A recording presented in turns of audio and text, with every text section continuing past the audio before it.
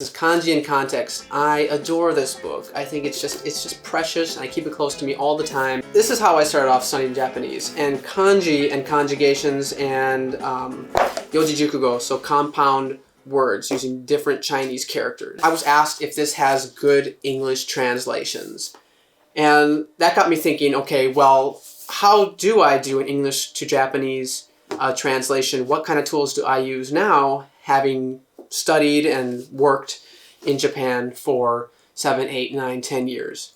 And so I'm going to introduce to you 2 different tools I use today, and then get back to, okay, well, how good is this one now looking back? The first tool I'm going to introduce to you today is actually a website.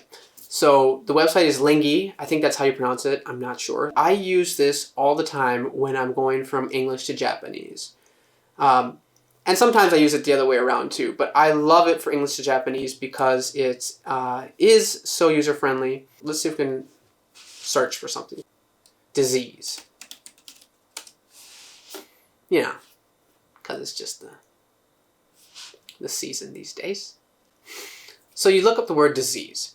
And when you look up the word disease, or whatever word you're looking for, first you will get the English. And underneath that you will get different kinds of Chinese characters, but obviously Japanese, different options. So there are a few ways to say this, and they'll let you know right off the bat that there are a few ways that you say this word, and there are a few ways you pronounce this word too, and they'll have the pronunciations underneath those first Chinese characters. Many different ways, and this is what makes it kind of confusing. So if you're first starting off, you might have the very typical way to say disease, byoki. But there are a lot of different ways to say this, and there may be different situations where you'd use a different term. Which one do you use? So this is the best part about this website. The best part about this website is that underneath all of that, they give you an English and a Japanese side by side using different websites and how that Japanese is used in context. And so I will often go through, okay, well, this is the kind of English that I am using right now. This is my situation. How does this translate in, I don't know, the rotary.org? Some of these are Japanese sites, okay, so you have to definitely take them with a grain of salt, but it kind of gives me a better idea of what kind of context a certain word is used in.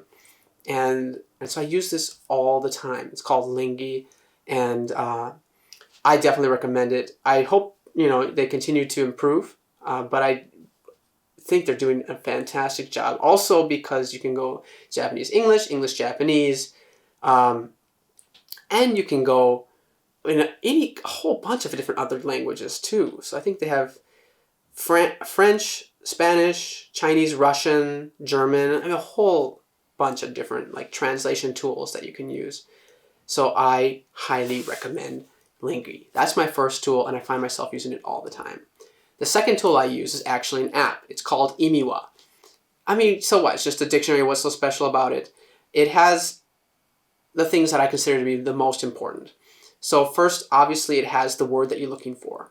But then underneath that word, it has several different translations in English, in French, in Spanish, in German, in Italian. It has different examples of that word in context, and then you can look at the individual Chinese characters and you can see how it's written, the stroke order, and different pronunciations. And then you can also see that specific kanji and keep going deeper and see that kanji used in other compounds. And you pull that up and then you can start just studying it. I love it because it connects one word to another word, and that's how I learn better, is when I have these connections. And so it's really interesting to me. And so say I have, I've gone down this rabbit hole and I've searched for a bunch of different words that I found to be relevant to me. Well, I can find one that I say, okay, I want to use this one later. I can actually star that and put it in my favorites list. And when I do that, I can come back to that later, maybe at the end of the week, and I can look at all the words that I have come up against this week and review.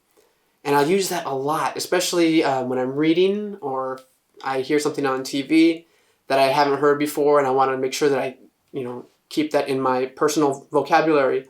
I'll look it up and then I'll just swipe right and it's starred.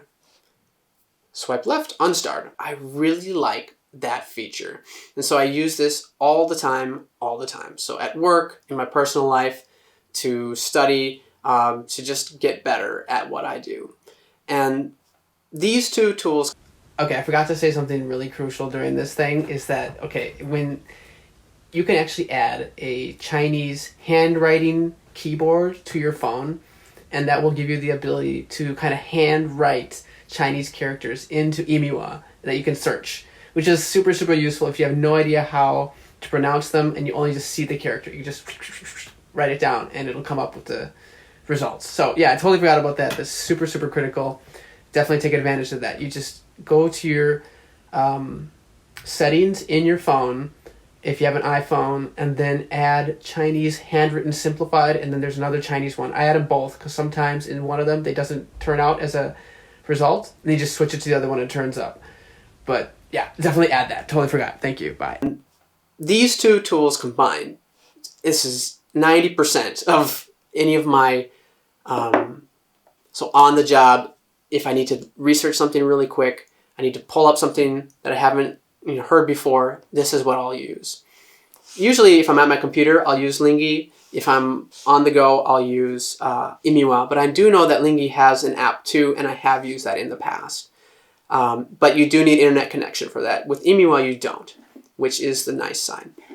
So what about going back to kanji and context? How has this held up over the years? Do I still consider this to be one of the best books on Chinese characters for Japanese in the market? Okay, so let's just start from the beginning. I mean, it's okay. I mean, these easy ones are, yeah, okay, easy. But they're right. Nothing odd. Should I wait? Yeah. And it's, okay, this what I like is that they actually have, when there could be a few different translations for something, they give those. So it's keeping it ambiguous, just like the English would be. Family, home, kate, same thing. So the Japanese does have, in certain cases, a slightly different nuance, and they make sure that you know that that actually exists. I like that a lot. I'm glad that they have that. I forgot they had that. I mean, there's nothing that you can do about that too. I think that's part of the, it's like when you have to read the sentence to get which part it is, which is more natural. Hitodori, once.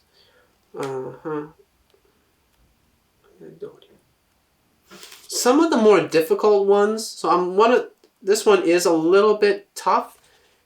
It's dori, and they have a squiggly, and then it says ways. So this is almost too ambiguous. But in their defense, for maybe these ones that have a ton of different compound words, that is completely understandable. But overall, looking at this book, I think that the English is excellent. It is very, very well translated. Hardly any room for improvement. A huge recommendation. I would pick up this book if I was just starting or intermediate, even advanced learners. If you need to review, this is fantastic.